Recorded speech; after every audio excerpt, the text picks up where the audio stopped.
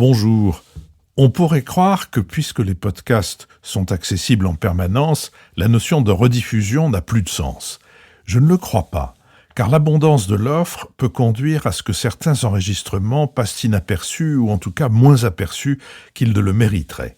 Je vous propose donc tout au long de cet été une série de deuxième vie au cours de laquelle je remettrai en ligne certains des badas de notre série Si c'est pour la culture, on a déjà donné.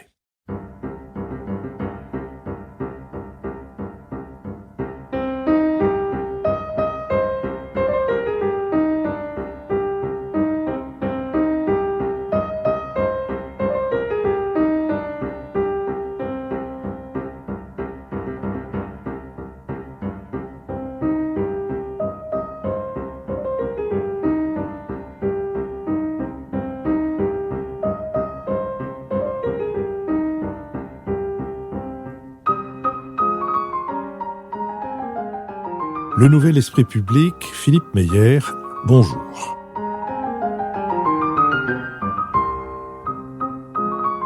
Bonjour, merci de nous avoir retrouvés, Alexandre Gadier et moi, pour cet entretien autour du patrimoine, autour de Paris, autour du projet de musée, de la préfiguration de musée du XVIIe siècle. Alexandre Gadier, bonjour. Bonjour. Nous revoilà donc, après que nous nous soyons quittés après que nous nous sommes quittés sur l'église Notre-Dame de Lorette, ce qui me conduit à vous demander d'aller un peu plus loin dans votre transmission dans la transmission de votre connaissance des églises. Il me semble que vous avez aussi parlé des problèmes que le tourisme, Paris est la plus grande destination touristique au monde, pose partout où il se développe. Et il me semble qu'en face de ce développement et de ses conséquences, il y a peu de réponses, et il y a peu de réponses notamment à Paris, que les églises pourraient être une des réponses. Un circuit des églises, une visite des églises serait une autre façon de voir Paris et une façon aussi d'attirer les touristes vers autre chose que les lieux traditionnels où ils ont tendance à s'entasser. Oui, mais d'abord, je ne sais pas si vous êtes d'accord avec cette idée, et si vous êtes d'accord avec cette idée, est-ce que l'état des églises de Paris serait à la hauteur d'un projet de cette nature ? Alors, il y a beaucoup de choses dans votre question qui éveillent des réflexions diverses, voire contradictoires. D'abord, peut-être il faut poser comme préalable que les églises de Paris et d'ailleurs en France se heurtent à un problème qui est un problème culturel et politique, qui est on va appeler ça l'anticléricalisme de bon ton du français moyen, voilà, qui n'est pas trop d'accord avec cet héritage ou ce que l'Église peut encore représenter aujourd'hui, malgré toutes ces difficultés qu'on connaît, qui est un fond de sauce que moi, je n'avais pas mesuré complètement et que j'ai mesuré. Vous m'avez fait le plaisir de parler de la préfiguration du musée dont je m'occupe, le musée du Grand Siècle. J'ai mesuré parce qu'on vient d'ouvrir un pavillon de préfiguration dans le petit château de Sceaux, donc un domaine départemental. C'est un musée qui est porté par le département des Hauts-de-Seine. Et nous avons exposé une 50aine de tableaux pour l'ouverture, dont des tableaux de Pierre Ausambert, qui est le donateur très généreux à l'origine duquel nous avons trouvé la force de faire ce projet. Et nous avons eu la surprise, en interrogeant le public, en direct, c'est-à-dire soit par un livre d'or numérique à remplir, soit des commentaires lors des conférences qu'on peut donner, de la réaction extrêmement négative devant les tableaux religieux. Alors évidemment, pour le XVIIe siècle, ça pose un problème. Alors, négative, soit parce qu'ils ne comprennent pas vraiment le sujet, c'est souvent des sujets un peu compliqués, ou alors des sujets un peu gore, comme on dirait dans le cinéma.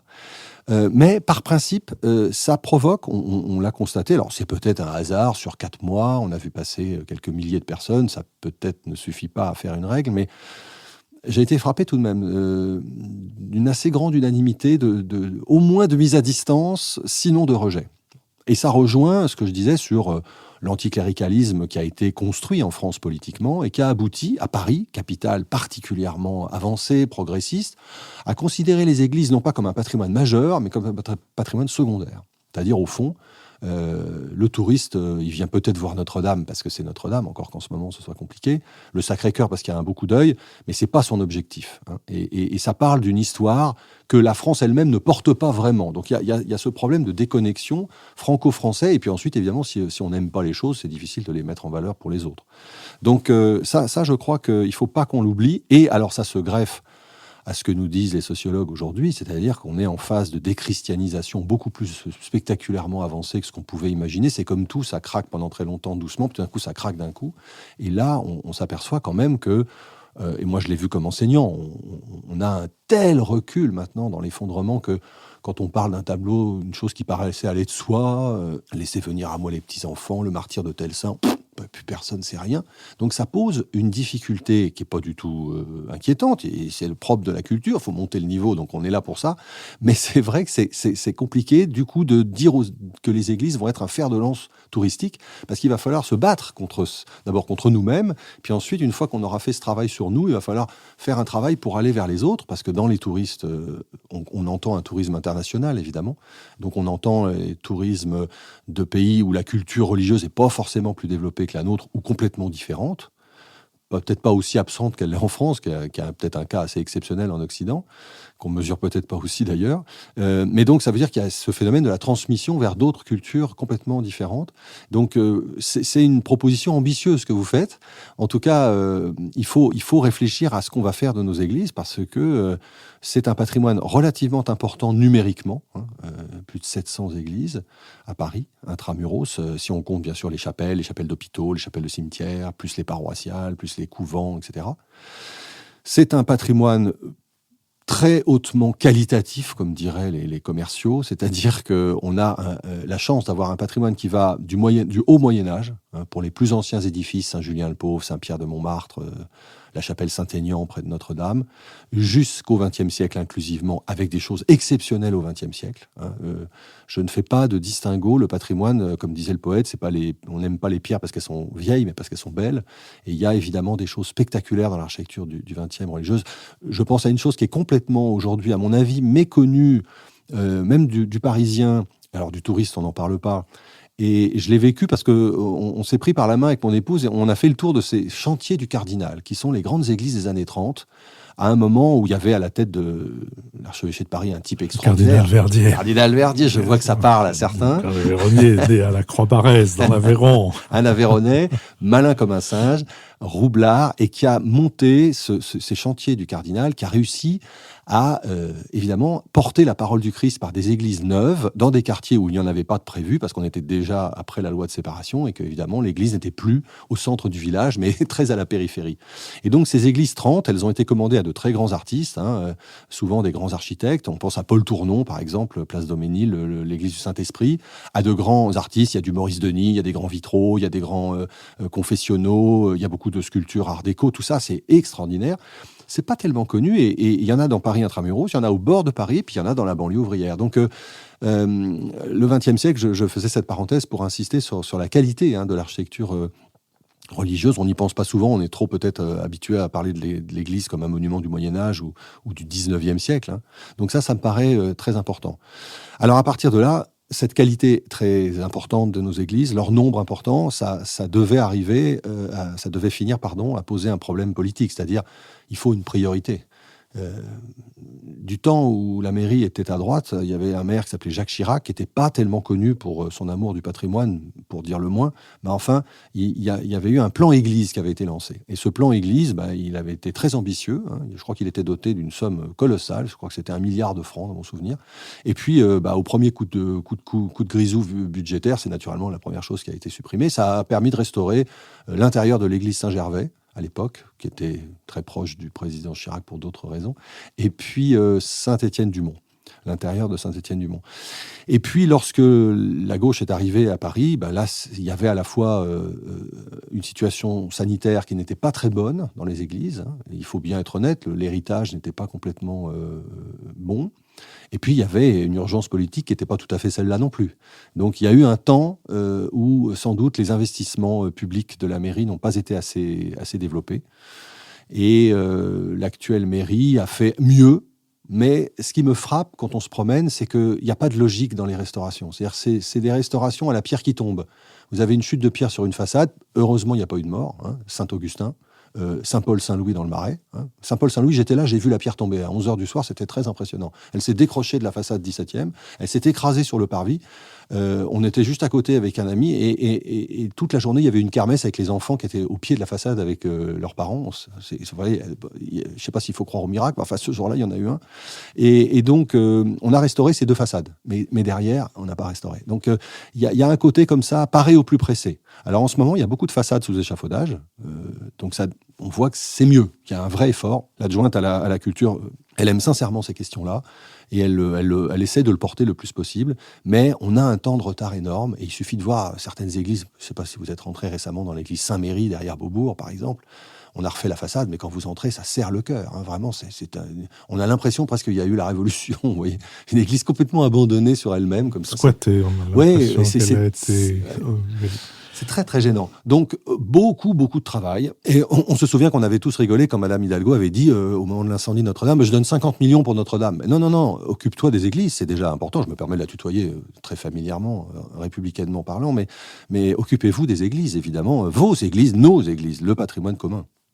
Oui, parmi celles-là, il y a cette idée que je soumets à votre sagacité et à celle de nos auditeurs, qui est d'avoir un parcours à travers les églises qui va en effet jusqu'au XXe siècle et qui peut montrer des églises dont les architectures ou les aménagements sont littéralement extraordinaires. Je pense par exemple à l'église Sainte-Eugénie, côté du conservatoire dramatique, qui est un endroit qui est, je crois, occupé par des militants très traditionnalistes, enfin occupé, utilisé, mais peu importe, l'architecture est ce qu'elle est tout à fait surchargée, est extrêmement vraisemblable. Ou alors une autre église, mais qui est, elle, dans un état extrêmement préoccupant, puisque le commissaire de police du quartier m'a dit qu'il songeait à la faire fermer à cause de l'état du système électrique qui risquait à tout moment de déclencher un incendie. C'est l'église Notre-Dame de Bonne-Nouvelle qui a été construite à l'initiative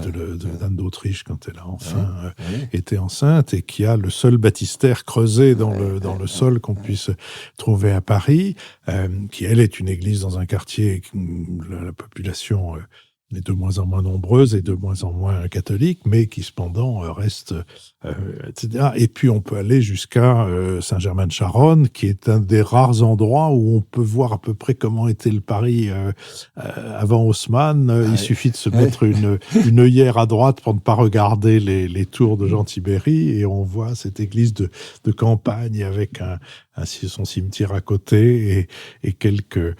Enfin, voilà, ça donne une idée de la diversité de ce que pourrait être. Et j'y pense parce que pour moi, le modèle de ça, c'est ce qu'a fait Patrice Martinet, qui a longtemps dirigé le théâtre de l'Athénée, mais qui avait aussi inventé quelque chose qui s'appelait Paris Quartier d'été, et qui consistait à faire venir des spectacles l'été dans des endroits que les Parisiens eux-mêmes ne connaissaient pas, et la plupart du temps en plein air, parce que généralement le temps s'y prêtait, et qui a été pour beaucoup l'occasion d'enchanter certains lieux et de les découvrir. Et je me disais qu'au fond, peut-être de manière permanente, ceci serait possible autour des églises. Mais laissons les églises, mais ne laissons pas Paris, parce que dans notre précédente conversation, à une ou deux reprises, vous avez lâché une pique contre le baron Haussmann, le regretté baron Haussmann, et vous êtes connu pour être l'un de ses adversaires posthumes. Alors, beaucoup de gens... Alors, vous avez, je crois, à juste titre, rappeler l'importance de Chabrol et l'importance de Rambuteau, mais pour ce qui est d'Haussmann, au fond, beaucoup de gens disent que si Paris est vivable aujourd'hui, c'est grâce à lui. Que leur répondez-vous ? Beaucoup de choses. Je fais juste peut-être quand même un retour sur Saint-Germain-de-Charonne qui vient d'être restauré. Donc ça, on ne peut pas critiquer. Et ça a été restauré de manière à lui garder justement son caractère d'église de campagne. Absolument. Et je voulais, parce que je sais que vous êtes un grand amateur de cinéma comme moi, je voulais rappeler que le mariage final qui clôt ce chef-d'œuvre, qui est Les Tontons Flingueurs, se déroule à l'église Saint-Germain-de-Charonne. Voilà, pardon. Non, le baron qui a jamais été baron, le préfet Haussmann, voilà encore une usurpation intéressante. J'ai beaucoup travaillé sur lui depuis longtemps. J'ai pas changé complètement d'avis, mais je pense que j'ai essayé de progresser. C'est l'intérêt de travailler. longtemps sur des sujets.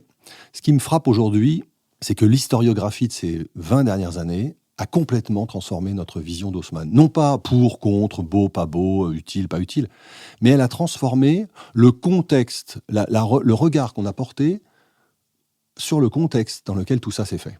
C'est-à-dire que il y a eu le dernier ouvrage d'un historien que j'aimais beaucoup, Pierre Pinon, s'appelle Le mythe d'Haussmann. Et en fait, il a vu juste. C'est-à-dire qu'Haussmann a réussi un coup assez formidable, qui est de construire un mythe auquel nous avons cru jusqu'à aujourd'hui. Voilà. Et les archives, l'examen un peu sérieux de ce qu'il y avait avant et juste après, nous montre que c'est un faiseur assez génial. Alors, je m'explique. Il y a eu 2 événements importants.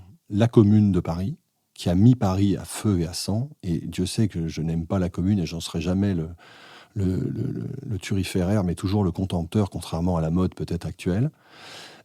Et cette destruction de Paris, c'est aussi une destruction des archives. Et on a beaucoup dit qu'il y avait, au fond, les archives d'Haussmann avaient brûlé à l'Hôtel de Ville, hélas, puisque l'Hôtel de Ville a été incendié par les communards, avec tous les tableaux du premier musée carnavalais, je le rappelle quand même, 140 tableaux. Donc ça, c'est le premier point. Et puis ensuite, il a écrit des mémoires, publiés l'année de sa mort en 1891, 3 volumes, extraordinairement forts sur le plan du récit et de l'écriture. Et au fond, s'est installé un conformisme extraordinaire qui a consisté à dire il n'y a plus d'archives, la ville existe, donc pour travailler sur la ville haussmannienne, il n'y a qu'à regarder ce qu'il y a, et puis il n'y a qu'à lire les travaux du baron qui nous a raconté de sa vie, son œuvre. Et naturellement, si on fait un tout petit peu attention au principe même de la rédaction des mémoires, c'est rarement un exercice d'honnêteté et d'humilité, on peut être d'accord avec ce point. Et donc, évidemment, Haussmann a fait comme tout le monde, il a raconté des cracks formidables dans ses mémoires. Voilà. Bon.